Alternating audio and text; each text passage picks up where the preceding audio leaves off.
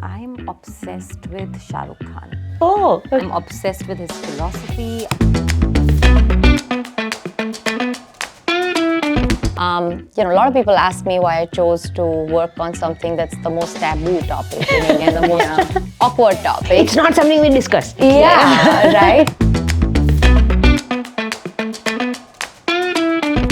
Like when I was a senior lecturer teaching, I would tell them definition चाहिए comma और full stop के साथ. Hello and welcome to yet another episode of the ReSchool podcast. Today we have with us Navneet and Anuja. Navneet is the founder of Nini's and we've been working with her in numerous ways. Our students go to her restaurants to understand what is it to run a food business. And Nini's is the default food partner for our schools. And then we have Anuja with us. Anuja is the founder of Circles of Safety and runs a program for our teenagers which helps them understand themselves, how to be safer and smarter, and how to understand the changing body. So, without much ado, let's get started.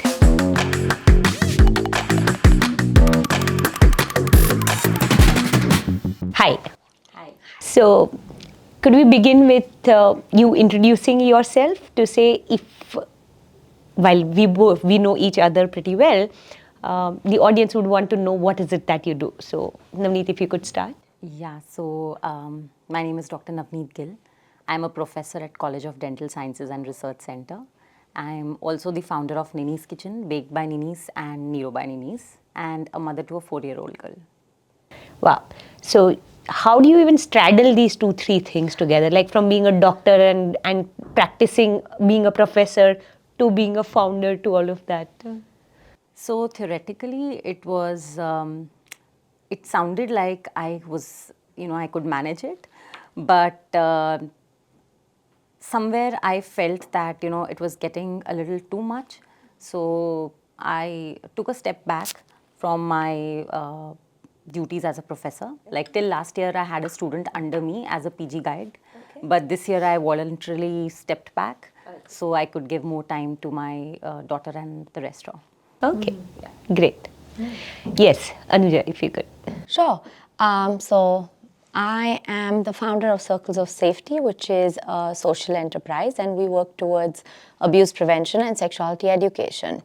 A lot of people ask me why I chose to work on something that's the most taboo topic in India, the most awkward topic. It's not something we discussed. Yeah, right? Like shrug it under the carpet. And I basically was motivated by my own childhood experiences, and I thought, somebody needs to start talking about this, and specifically when we talk about prevention of child sexual abuse. And I realized that it is only when we normalize conversation on sexuality, then we can actually do something about the harm that is caused to children. And so that's how we started about 4 years ago, and we've been very grateful to have been incubated in some good incubation centers and have that support. So that's a little bit about myself. I studied psychology from the University of Nottingham and then did a few corporate stints in Europe and returned back to India to pursue my passion of safer childhoods. Great. So tell me something. You've been associated with schools, you've been associated with education in some way. What has your own schooling been like? So what did it entail? What are the parts of school that you remember fondly or not so fondly? Great question. So, I'm a hardcore Ahmedabadi. Okay. I'm born and brought up in Ahmedabad.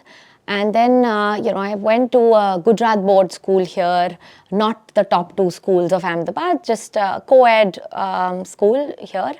And I was so glad that I was in a co-ed school because it was normal to talk to other boys, etc. That's the first thing I can think of. Whereas some of the other more, schools, it was very awkward. Yeah. And it was especially if you are in a girls only school or a boys only school. The stories I heard of how the newness of meeting the other person, all of that for me was thankfully very normal. But I think the fondest part of my education, the part that I remember is I actually went to a boarding school then when I was 13, and I sort of pushed that I want to go to a boarding school. Really? Yeah, and so I was in Sayadri, which is a Krishnamurti Foundation school in Pune. And I think that was a game changer for me personally, and just the values and how subtly there was this anchor of Krishnamurti philosophy in the school, very subtly. And just having time, I remember we had something called Astachal time, which was a quiet sort of reflection every evening for 20 minutes, and the whole school would be silent, and we could sit wherever, sit on the hill, wherever, and we would just reflect and to think about that at that time, to have Every single day. yeah, every single day, and all 270 of us, pin drop silence on the entire campus. Beautiful location. We were on top of the Sayadri Hills, and beautiful. But I feel that the best part of my education was that these very simple things that were inculcated at a very early age. Absolutely. So that when you say fond memories, Astachal comes back to me. Again, it was a co-ed boarding school, so you can imagine the nightmare it could have been for, sending your teenager, for the parents, for the teachers, for the admin, for everyone. But yeah, it was great. Great. Amazing. Yeah, if you could. So, coming from an army background, I went to army schools, and so the locations were, as far-flung as Ernakulam in Kerala to Sikandrabad, Andhra Pradesh, Meerut, Uttar Pradesh, Jalandhar, Punjab. You've done the entire India journey, Bharat Brahman. Except the east, the rest of the India has been pretty much covered. So the thing is that, just when you started making friends and kind of settled down and started thinking that, okay, the life here, this is my life, you kind of have to pack your entire life in suitcases, label your name from this destination to this destination, go to a new place, and again sort of start the process of, making new friends. And I remember whenever the new posting would come in and I would join midway, the teacher would say, okay, today we have a new student, and kind of feeling awkward and getting up and, in middle of 60 students saying, hi, my name is this and I've moved from here, and, that kind of the thing. But yeah, in a way, it was good for me because it taught me to adjust in any circumstances. It taught me resilience and gave me that flexibility, which, kind of makes you adapt to any kind of challenges that life throws at you. So that I'm grateful for. Great. So, very interesting, because my father was also in a transferable job. He was a police officer, which meant something very similar like what you said. Pack up your bags as soon as the transfer order comes in. And I've changed 9 schools in 12 years. So it has built a lot of adaptability and resilience, as you mentioned. What it has also done is it has made you a little bit of a nomad, to say that you belong everywhere, you don't belong anywhere. You're like, whatever. You can just you can take off at the brink of a hat. You can just take off whenever needed. Yeah. And to answer, I loved what you said about the reflection time. It's so very important, and we're looking at our school program and all of that, and I think we look at it every year. But one of the things we are doing this year is bringing back 2 very important processes for the school. So I talk about processes and all that in ReSchool as well, but 2 processes that we're bringing back with utmost importance is the idea of basic meditation. So starting with 30 seconds of just being by yourself, even if you're sitting on the bench, and just being able to close your eyes for 30 seconds is something we're beginning with. It is a part of our school, but we are just emphasizing a lot more on that. And then we're looking at reflection, because while reflection has been happening in bits and parts throughout the school or with events, so whenever they've gone for a field visit, there's always reflection to say what is it that I got out of it. But making it a daily affair, being able to write about it and being able to say that, what did this day look like to me? What did I bring to this day? What did this day bring to me? 3 skills that we are emphasizing on is communication, reflection, and collaboration. So if we can just get these 3 things right for the student, it would be amazing to see what bridges they would make to whatever they've learned, to whatever they could connect with. So yeah, great to know what different kind of schooling all of us have had. It's amazing. So given that we've had a very different journey, and both of you are mothers, you have your own children who are either in schools or about to join bigger schools and all of that. So tell me, what kind of schools do you envisage for the coming generations? Or to put it differently, if you had to build a school for the world as it exists today, what would that look like? Interesting, no? Yeah. I think there is no one size fits all. Okay. If I just look at our city, and there are so many different schools, all doing something very right in their own way, more than like piecing and having like a buffet of ye school se mein ye and ye school se, more than that, I'd feel like there are certain fundamental characteristics or certain fundamental principles that I would look for in a school. And first is authenticity. And I think that is also something that I've experienced in my own, like I said, the boarding school with, the messages being so authentic and trickling down to every process. So reflection and meditation is one way, that something that Krishnamurti's philosophy is very core, right? Yeah. Right there. And also, even if you look at Krishnamurti and his philosophy on education, it says understanding oneself is education. So, that's an example of authenticity that I wanted to sort of tell you. But so I think that is very important. Also, I've realized that the schools that are run by founders, where they're very involved, is something that I really value. And because I go to so many different schools, I've seen that they just stand apart.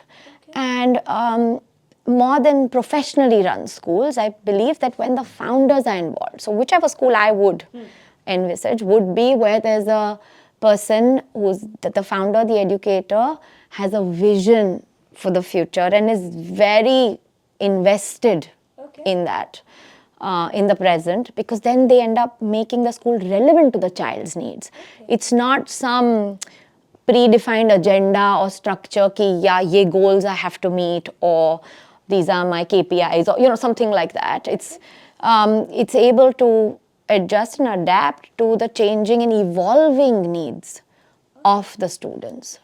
So what you're saying is, if you had to start a school, or if you had to look at school, you would be more of a hands-on founder, because in your experience, absolutely, it's only when the founder is deeply involved that the philosophy runs and trickles down all the way to the student in the most authentic manner.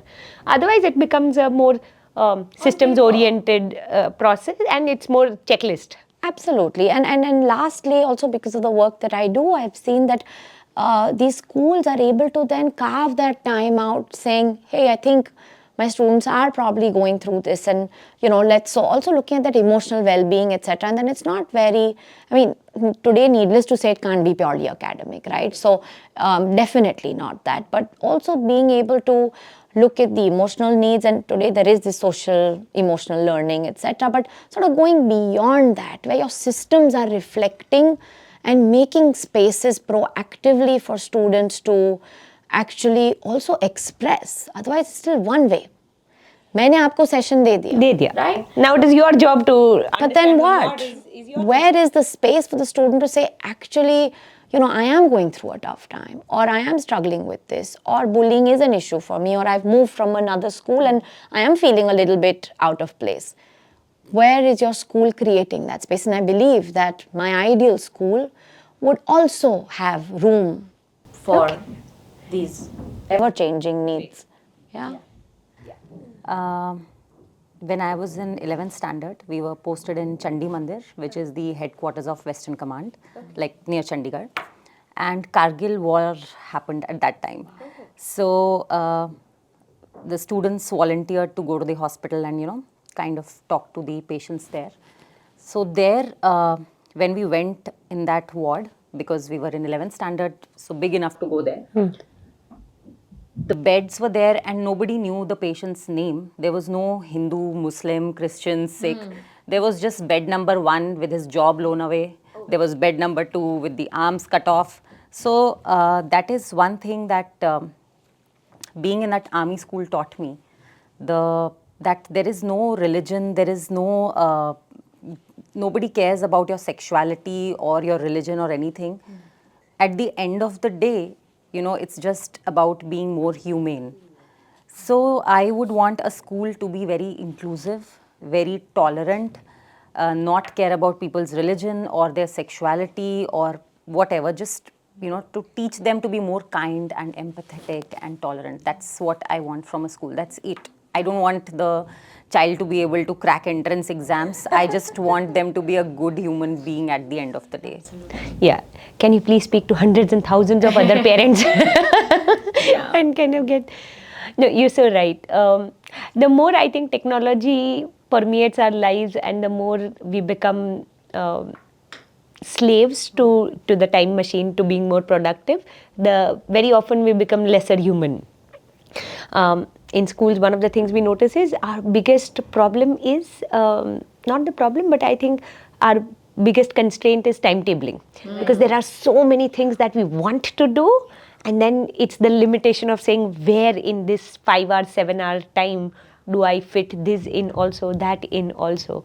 So being human requires that reflection. Being human requires that ability to step out and go and meet the larger society, whether that society is at war, whether that society is undergoing a massive radical change, is in a flux. But in order to be able to understand that, let the society permeate in and let the school step out, definitely. It requires that amount of time. It requires us to relook at how we are finding the right tools for our students to experience, because there's no way we can do it all. You know what would be really interesting? Like taking a child to a different culture ka household and, letting them experience that. Yeah. Student exchanges. Just this simple idea. So that's, again, one of the things that we do here for the older grades. So about grade 6, 7. We do student exchange where students from this school would probably go to another school and they live in their homes for a while, and then those students would come in and all of that. And it is amazing to see how children pick up different cues about their own family. Because till then the world of that child is simply to say that हाँ हमारे घर में ऐसा होता है, dinner इतने बजे होता है, ये इतने बजे होता है, तो it is given कि हर एक के घर में throughout the world चीज़ें ऐसी होंगी. It's only when they step out that they realize, oh, the world can be starkly different. I will tell you this incident. Day before yesterday, I was at Nero and I was taking orders, and there was this kitty party thing that happened. And this lady kept on saying, jaldi khana do, jo bhi jaldi hai de do. So there was this roti sabzi on the menu and there was Mexican rice bowl. So she kept on pestering that, jaldi. And it takes time. It's not pehle se made. It is going to take a minimum of 20 minutes. Even though the order was given in advance, but it was still going to take time. So I sent out the Mexican rice first, thinking ki bahut bhook lagi hai, so they'll at least have that. She came to me and she said, are you from India or do you live somewhere else? Don't you know? Pehle roti hota hai, baad mein rice hota hai. And me, not from this, coming here for a very, just for 10 years and before that staying all over India. Honestly, all over India, ऐसा कोई concept नहीं है that you have to have roti first, and then I'm like, your vision, your view of India is very limited. It's a good view. पहले दाल sabzi roti, then the dal bhat. So say that, are you in Gujarat? Don't say, are you an Indian? Because that's a wrong statement. Because in South India, they don't have roti also, na? So they're also Indians. So that's very important for people to experience different cultures and understand कि ये सिर्फ आपके घर में ही ऐसा है कि पहले रोटी और बाद में चावल है, बाकी ऐसा भी एक यूनिवर्स है, ऐसी भी एक जगह है जहाँ पे रोटी एग्जिस्ट ही नहीं करती है. Like in, oh God. If you go to Bengal, if you go to South India, they don't have roti first. They don't go have rice. But like speaking of like, just an episode also came to my mind that one of my workshops, parent workshops, my first, I think 2017 or so, one of these parents, and I was talking about prevention of child sexual abuse, and I was saying how we need to openly have conversations with our children about their bodies, etc. So body literacy is what I call it, right? This woman stands up and says, do you realize you are eroding the very cultural foundation of our Indian society? And, it was just my first year, and I was thinking, my God, and this school has called me.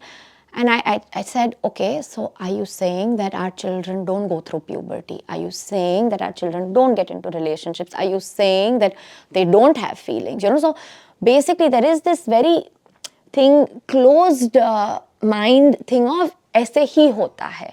And also when I feel like learning is put so out of context, even with students I tell them, when they say these are Western concepts, I tell them and I take them back to some of the scriptures. I take them back to Khajuraho temple sculptures and I say, who said? This is all colonial mindsets, and when they came in, the Victorian ideals were thrust on us, and I said, we are one of the most open societies. True. And what is happening? So I believe that in any school, to also sort of connect back to that, learning also has to be contextualized, because the minute it is a set of points of this has to be taught, there is a why of how certain things happened, right? So, yeah. You're so right that in the absence of context, it just becomes a figment of facts. It's just some random fact that you're supposed to memorize and then kind of regurgitate for the exams and all of that. So one of the things I talk about in schools is in ReSchool is also this idea of saying that you also need teachers who can do that. You need to train the teachers, because the teachers also belong to that category. Like you mentioned, the lady who always thought that पूरे India में roti comes before rice and all of that. So what has been your experience of working with adults or working with the adults in a school or in your own organization? How do you reschool them, if you do, kind of? Sure. I'm sorry, I did not understand the question. So, one is, all of us believe that schools are about children. But what the students experience comes through the adults who work with the schools.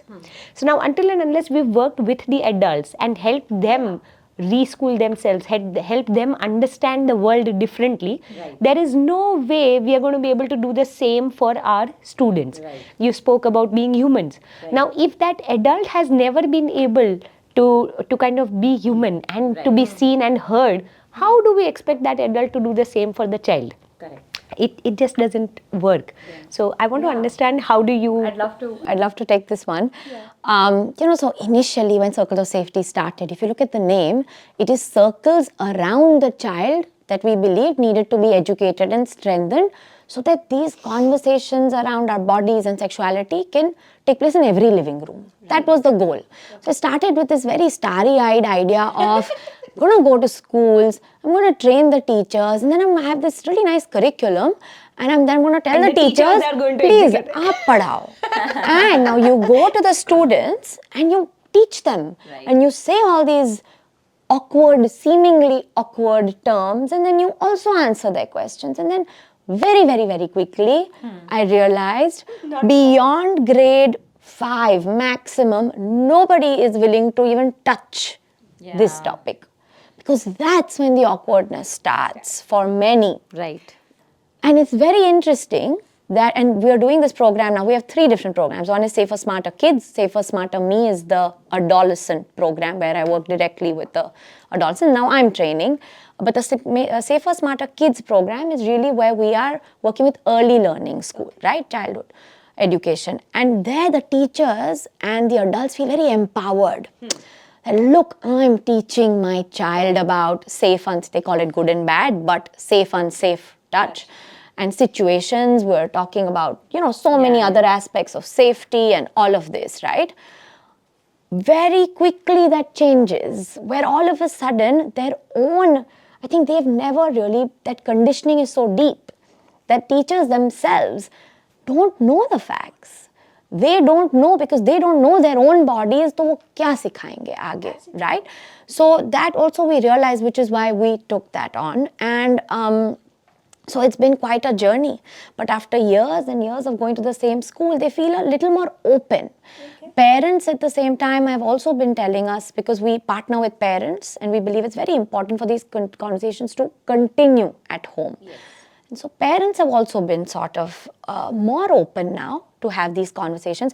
But the minute you have a workshop in the school, 10% will show up. Yeah. They'll all say it's very important, but nobody actually shows up. So now we're trying to figure out, how do we get them? Because is it that they're feeling awkward to say, I'm going for a workshop like this? Right. Where is the problem? I'll give you a hint how you can get them to do that. Online, No, Zoom. you get them on PTMs. So only if you get a certificate from Anuja ma'am do you get your child's result. Yeah, or it has to be compulsory or something. Until and unless you tie it in with the school's result on the report card, you're not getting your attendance. So it's difficult, but there are many parents. I've realized that, very interestingly, most of my audience, they're survivors. So very often I've had teachers crying, teachers talking about their own childhood experiences, saying, we didn't even know what happened to us was wrong. It's only when we got married we realized ye to pehle hua hai. And that was just crazy to see, how vulnerable they are. So much of their own childhood that didn't make sense to them. And there are parents who feel like, mere saath jo hua, I don't want that to happen to my child. So I also see the flip side of saying that there are times when parents become so overprotective. That they rob the child of even basic childhood play or There's anxiety around. so much anxiety that sometimes parents carry, and then they project it on the child. And that poor child is constantly feeling that I'm under some threat. I'm under some threat. So that's also the flip side. The last thing here I want to say is that in my boarding school, unfortunately, there was an episode where a teacher molested 2 children of grade 5. And what happened was, we all knew something because we were in a boarding school. We were all there, very small school. Somehow the adults felt so awkward about this that nobody spoke to us. Nobody spoke to us. And so if I take this down to every home and every living room, things happen. It could be parental fights. It could be chaos. It could be anything, something, uncomfortable, or a movie scene when you're watching TV, and so thinking that if I just stay silent long enough, this is going to pass, doesn't work at all, right? So I think modus operandi for all you. so adults, the one thing that I've noticed in my interactions is, they can't wish that everything is on pause till puberty and I will talk to them then. And then when they're old enough, they're saying, but now they'll know everything. So when was the right time, So that part of it, I believe that we need to figure that out. Start early. Start having age-appropriate conversations from an early age. That's it. Build that bridge. Yeah, like we were just talking before this, the 9th standard reproductive system wala chapter. Yeah. Nobody wanted to, The one that you gloss over. nobody wanted to take that chapter, and they'd be like, ये अपने आप पढ़ लेना. इसमें से question नहीं आएगा, ये अपने आप पढ़ लेना. But by 9th grade, didn't we have our own assumptions of how this happens? Yeah. Oh, and back then we didn't even realize they were assumptions. We were convinced that this is the perfect knowledge that anybody could ever ask for. So. And instead of, actually reading that chapter and understanding that, okay, this is how it happens, we would, because that time internet was not easily accessible, so हम लोग, we would make our own theories कि ये ऐसे होता होगा, ये वैसे होता होगा. But the chapter is there. Why did not a teacher come and teach us that, when For teacher, like for her to be able to do that would be, as a society, I think we need a shift in looking at things from that angle. Schools need marketing. Yes. I will ask you, why do schools need marketing? I don't think it's only schools that need marketing. I think everybody and every place in today's attention deficit world needs marketing. Like she said, Circles of Safety does great, amazing work, but it needs marketing to be able to have its message reach everybody. So Nini is amazing food, amazing decor and all of that. But until and unless you're out there telling people about what is it that you're offering, people are probably not going to find out about you. So schools definitely need it. However, our idea of marketing is very constricted and limited to saying, do hoarding laga do flyer laga do. If that is how you're looking at marketing, the pure ads numbers, then it's a very myopic and a very small way of looking at it. So marketing is, and probably the next chapter is, everything is marketing. To say, how you talk to your parents, how you host your events, what kind of program do you really offer in your school is also marketing. This conversation we are probably having about what schools and ReSchool should be all about is a form of marketing of saying that this is how schools can be, that schools don't have to be your stripped down version of just academics and a place that's just transactional. Schools have to build the human spirit.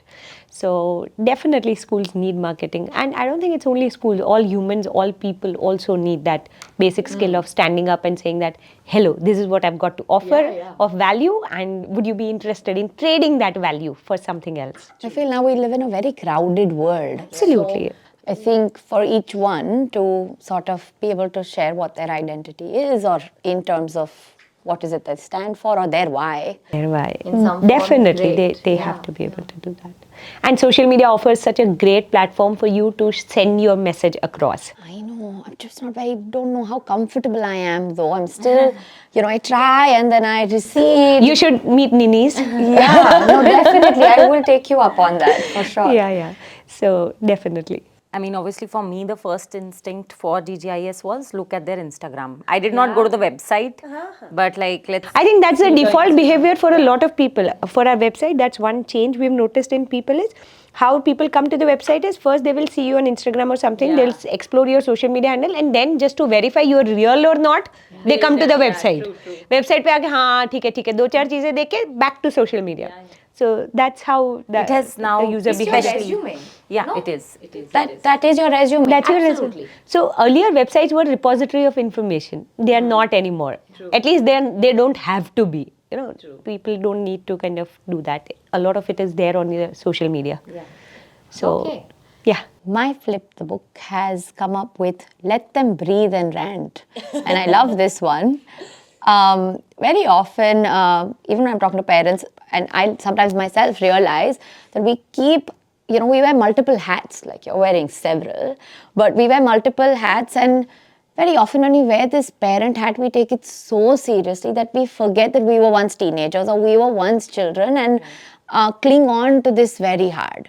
And so, I had to actually form a system or a process with my own children, because I was also clinging on to it very tightly, where a few days at night we would actually play this game where either there's a rainbow card, a sun card, or a rainy cloud stormy card, and it was just a way for and we would close our eyes and pick one out, and suppose you get the sunny card, then you share something that's gone well in the week or in the day or something, and if it's something very stormy, then what's not gone well. So it was also a way for me to connect with what's happening in their life.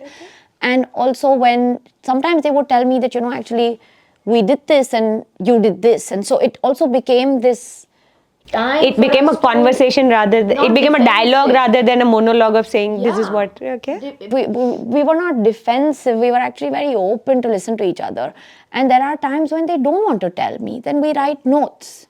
I have notes slipped under my door when there's some meeting going on or something like that, So I've realized that giving them some time to breathe and rant really helps. So, and it's been the best feedback also. So sometimes in the schools, the students, I'm like, you don't seem very attentive today. What's happening? And they say, sports class leke we're sitting here. I said, how? I'll tell your teachers to never take away the sports class. Oh yeah. Anything that comes in the sports class period is never attended to. So, but that's what I'm saying. So I've realized that initially I could have seen this ranting as, look at today's children and they're just, koi respect nahi raha. This is what people are also saying, right? That today's generation doesn't know how to be, all of this. But I've realized that actually it's a way that for me to get that feedback on what's working and what's not working, in the minute we're able to create a softer space, it's possible to channelize. So while you're talking about this in the context of students and all that, I have kind of penned that in context of teachers.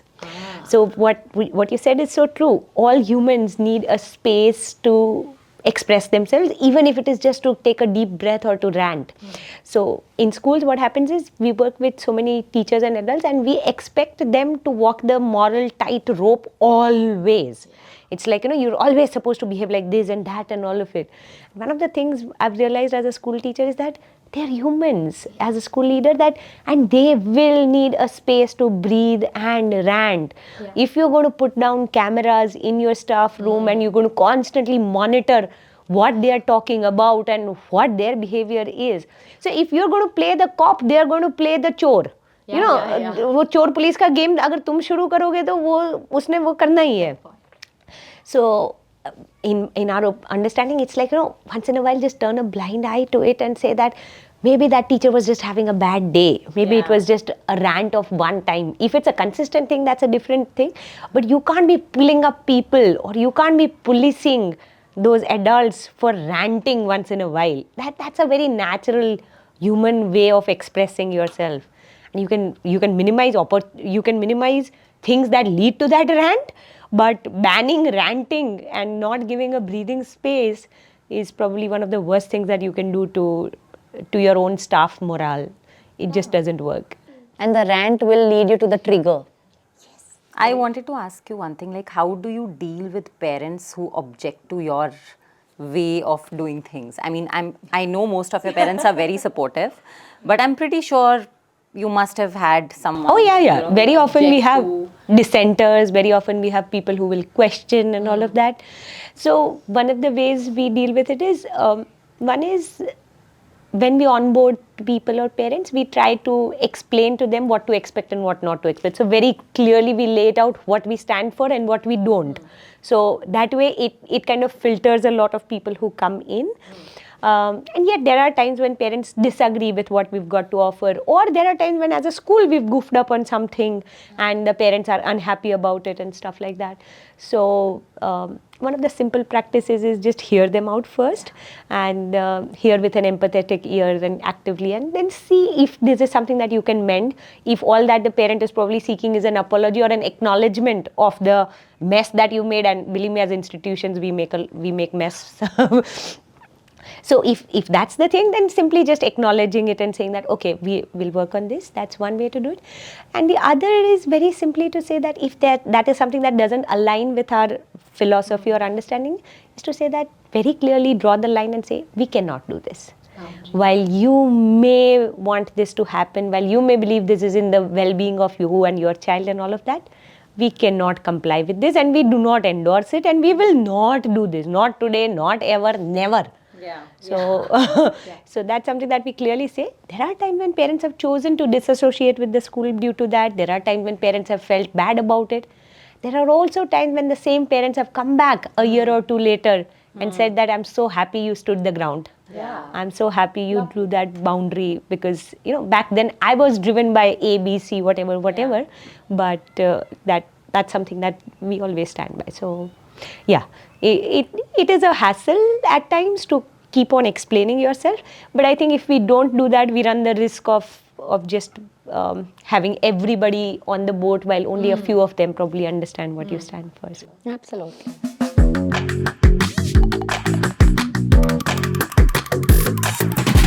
Let's look at very basic rapid fire scenarios of what if. So what if you could add one thing to the school day as it exists today? So if there's one thing that you could, one element that you could bring to school day. Navneet, if you could. What school day?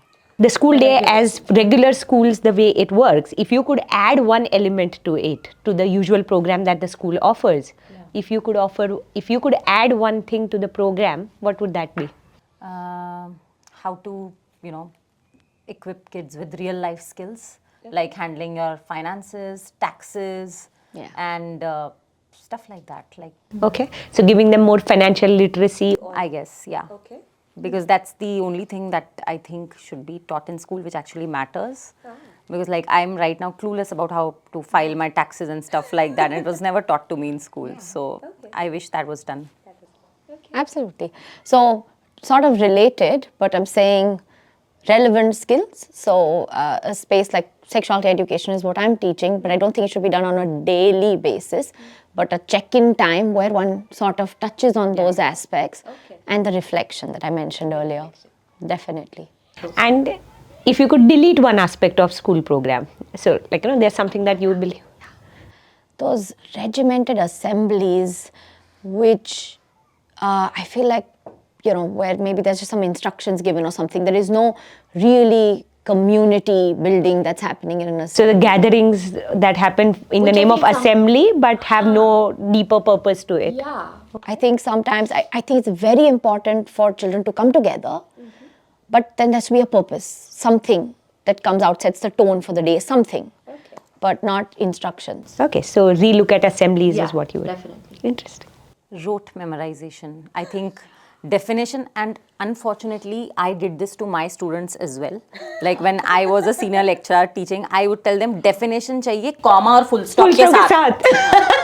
I did that because I was taught that and I'm ashamed of it, but that's what the system demands. You need that definition comma full stop ke saath, but unfortunately that's true. But I think at school level also this should be deleted so that we don't grow up into adults who ask their students to tell the definition comma or full stop ke saath. And how useful has those definitions been for your life?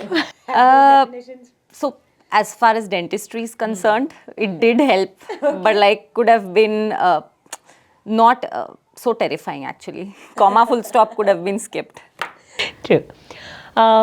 If you could invite one person to come and teach something to the students, I'm talking school-age students. So one person from the whole wide world, who would that be?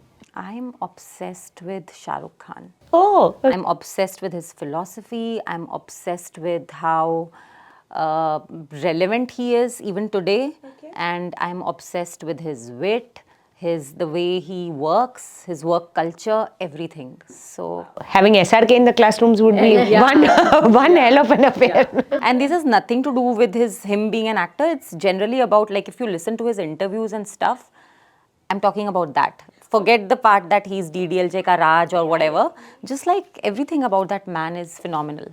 Have you read this book called Desperately Seeking Shah Rukh? No, I haven't. Oh, you should read that. It was one of our reads. It was one of our reads for our leadership team. Okay. So it talks about. It's by this lady called Shrayana Bhattacharya. Amazing book. She's an economist and has been working with women mainly for more than 20 years. And she's like, every time I would meet people from all walks of life across India, and there would be some inhibition in terms of sharing what their life is, because she would be gathering a lot of data from these people. So whether it is about their marriage, about their salary, about their work, there was always this inhibition. And she's like, very early on, I realized that one thing that would break this inhibition was talk about Shah Rukh. Yeah. So every time she would start the conversation around that, and women from all strata of the society would be like, oh yeah, if only more men were like that, if only I had a man like that, and all of that. And then she weaves in a lot of statistics and data and how India is changing and still not changing well enough for this. But yeah, it's a great book if you want to try. Desperately Seeking Shah Rukh. Okay, coming back to you. One personality that you would probably want to bring to the classrooms. So I recently met somebody, his name is Nipun Mehta, who runs Service Space, which is a full-fledged voluntary organization. I think they have some over 40,000 members, something all over the world. And some really big personalities, everyone. And the whole point is there's not one rupee exchanged in this entire thing. There's no donation, there's nothing. And people just show up and are present to serve. They have cafes run like that. They have this whole organization, well on machine. I've met 2 IIT gold medalists who have given up their high-paying jobs and are just serving. And so I feel it's called Service Space. And one thing which I sort of took from them is where they keep saying and stressing on, it's not about what we do, but who we become by what we do. Right? And I think that's absolutely beautiful. And I know how my work has transformed me from who I was to, how openly I can talk about these things. And so that resonated with me. And I feel like he belongs in every classroom. Because first of all, he's a charismatic speaker. He's a TED speaker and all of that also. But apart from that, in a world that is so obsessed with the self and what I feel in my Instagram and my this thing, somebody who says, what about service? What about community? What about giving? Your time, not money. It is what you your get time. out of They don't want a single rupee. Wow. And they also have time for reflection. I notice I've stressed on that a lot. But yes. And so for me, he just stood out. Okay. Completely. Yeah. Definitely. Okay. And last thing, if there was one book that you had to prescribe for students in the school as a part of the school curriculum reading program. Like a real book that exists? Yeah. Or one that you wish to pen, that's also okay. So we'll wait for that book to come out. I need some time to think. Can we switch to Anuja? Yeah, till sure. then? The first book, I'm just thinking what my children enjoyed.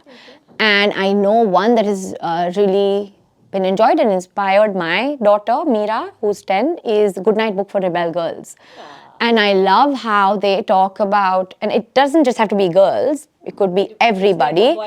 It could be for anybody, that version of a book, where they talk about how you can be anything, you could have studied anything, you could be doing anything, but just journeys. I think a book that talks about journeys, because very often we see so many followers, so many likes and the success, but we don't see the journey that's gone behind that success. And I feel in this world where people want instant gratification, this whole part of, how the grit that it takes and the perseverance to be that needs to be shared. Amazing you brought that, because one of my to sum up, one of the ending chapters is it takes a decade to make a dent. Absolutely. Very often we get enamored by the end result, and we believe like it's an overnight success, but that overnight success cost a decade. It doesn't come before that. It's you're so right.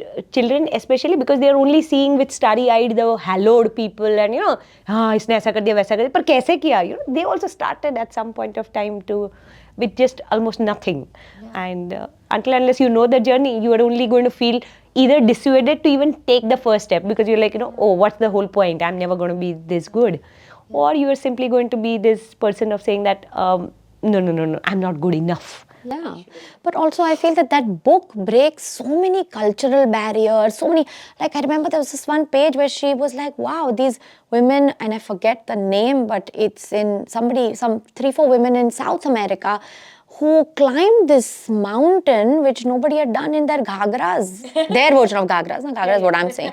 But just we have very limiting ideas of what certain cultures are, what certain people are, what our boundaries are. And I feel that just really helped my child understand and like break these stereotypes in many ways. And our conversations are also limiting. And this opens up that world. Did you find your book? Yeah, I found it. Okay. I found it. I would want every child to read and reread and keep on reading it, The Constitution of India by B.R. Ambedkar. And anytime they feel like they're doing something that doesn't stick to those justice, equality, fraternity, and I forget liberty. The fourth one. Yeah, liberty. So, they should just go back to it, because that's what our country is about, and they should just read it, because it's very, very important that we remember that there's a constitution. Okay. Yeah, and especially in the polarizing times that we live in, it is important to harp back on that, to kind of anchor it again and again, to say this is what made us who we are, and we cannot be taking that for granted. Again, a plug-in for another book for that. Have you read Leela Sheth's We the People. We the People? People I've heard of it. Yeah. It's a beautiful book. We read that. And it's an amazing book to have your child get introduced to it, because Constitution otherwise can be just overwhelming. True.